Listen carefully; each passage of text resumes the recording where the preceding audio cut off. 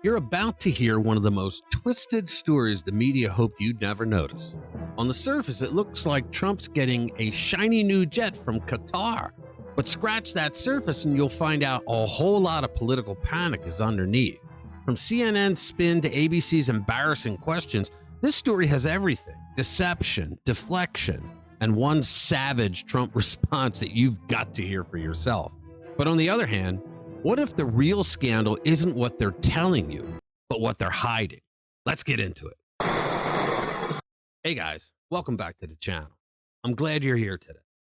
Look, if you like our videos and you haven't already, become a subscriber to the channel. Hit that notification bell and smack that like button, because it does help us get our message out to more people. And thank you for doing so. Madam President, news of the Qatari government gifting Donald Trump a $400 million private jet to use as Air Force One is so corrupt that even Putin would give a double take. This is not just naked corruption, it is also a grave national security threat. So in light of the deeply troubling news of a possible Qatari-funded Air Force One and the reports that the Attorney General personally signed off on this clearly unethical deal, I am announcing a hold on all DOJ political nominees until we get more answers. So there's this big scandal brewing in Washington. The Democrats have been flinging buffalo chips at the wall like toddlers with mashed potatoes ever since Trump took the oath. Still not sticking, but the smell's getting worse. That video of Chuck Schumer perfectly sums up the clown show Democrats have been running. It's like watching their entire agenda stumble out of his mouth in real time. If you've been watching the usual suspects, CNN, MSNBC, the propaganda outlets, they're absolutely apoplectic about Qatar apparently giving the Trump administration a luxury jet. Foreign influence, they scream. Corruption, they wail. But what if I told you this entire story has been turned completely upside down by the media elites who supposedly exist to tell you the truth? Their entire narrative collapses with just one critical fact they've conveniently neglected to mention. Senator Markwayne Mullin, a Republican from Oklahoma, just dropped a truth bomb on CNN that left very Jake Tapper practically speechless. Give it a watch. But here's what's interesting to me. What the media isn't telling you, what no one's talking to you about, is this same 747 has been in negotiations for a year. The Biden administration is the one that started these conversations. It didn't start underneath the Trump administration. Why? Because we need a backup for Air Force One. Because right now, the President of the United States is flying around on a 40-year-old plane, and there is no backup for it. The backup we had, the airframe started having structural issues. No one's discussing that part. They're just discussing that the deal ended with President Trump. Maybe the media doesn't know. Maybe I'll give them a pass. Maybe you didn't know. I'll give you the pass. I'll give you a pass on that one. But the fact is, this conversation started with Qatar, with Biden.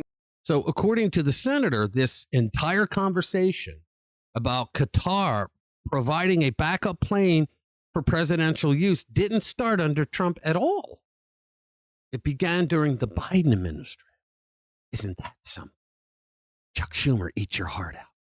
Okay, and the reason why this happened under Biden was because apparently someone in the Biden White House finally noticed that the president of the United States, the leader of the free world, was flying around in a 40-year-old airplane with no reliable backup.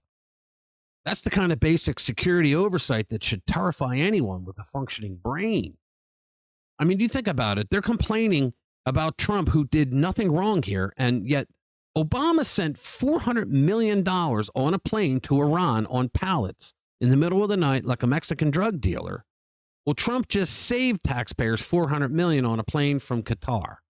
Obama sent money to terrorists, and Trump is saving Americans money. Which one are the media and Democrats against? It's very telling, isn't it? And think about this. The same people who are now feigning outrage over the plane were the ones who initiated this conversation. There's a lot of hypocrisy over this.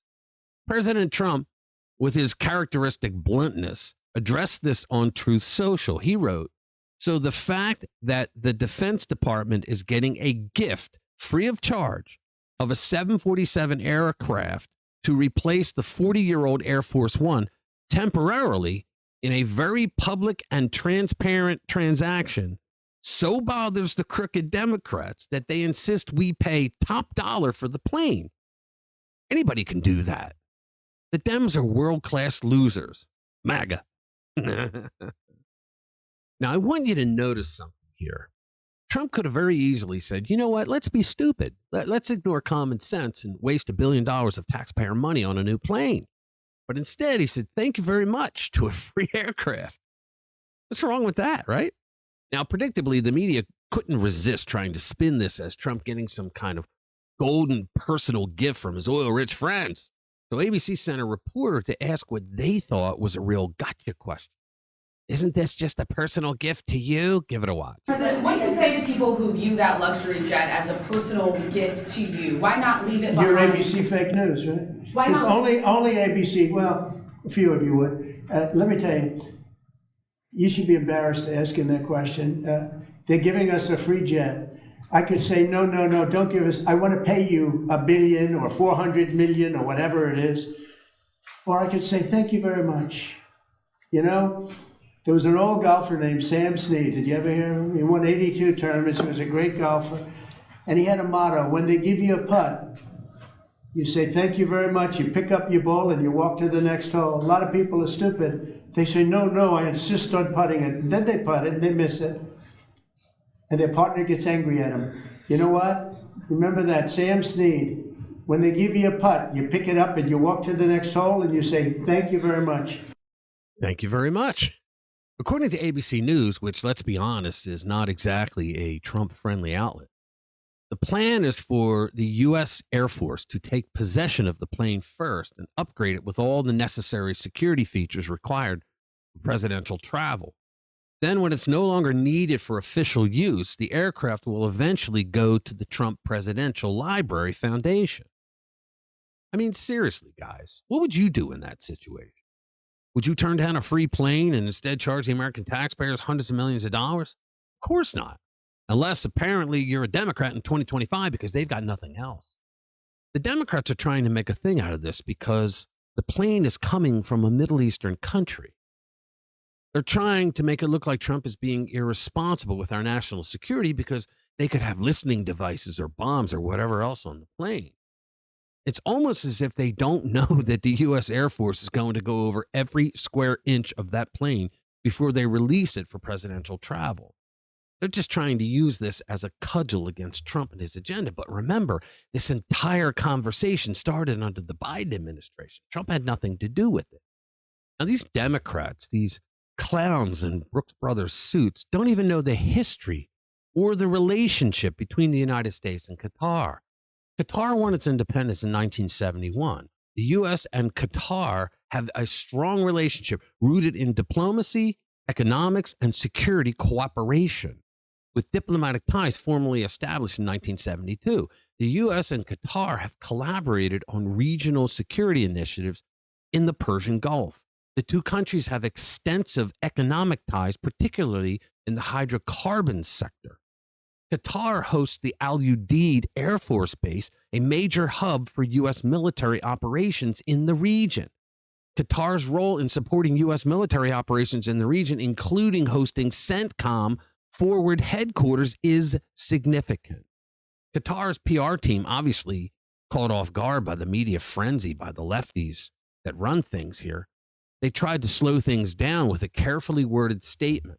Qatar's media attaché said, quote, reports that a jet is being gifted by Qatar to the United States government during the upcoming visit of President Trump are inaccurate. He followed up, the possible transfer of an aircraft for temporary use as Air Force One is currently under consideration between Qatar's Ministry of Defense and the U.S. Department of Defense, but the matter remains under review by the respective legal departments, and no decision has been made. Translation, the lawyers are doing the things that lawyers do. You know, they're dotting the I's and crossing the T's, but yes, this is happening. So there we have it. President Trump is getting a state-of-the-art aircraft for presidential use that was initially proposed under the Biden administration. And best of all, it didn't cost the American taxpayers a single penny, which, if we're being honest, is exactly why the Democrats and the media allies are so outraged. They simply can't stand it when Trump does something that actually benefits America without costing us a fortune. We're just lucky it didn't happen during the Biden regime because, I mean, he may have sold the darn thing and sent the money to Ukraine. And that's the real story here, guys. Not some manufactured scandal about foreign influence, but a pragmatic decision that saves American taxpayers money while ensuring the safety and the security of the presidency. It's called putting America first. Maybe someone should explain that concept to the Democrats and Ben Shapiro. All right, thanks for watching. I'll see you in the next one. You don't need that protection. I will walk on glass.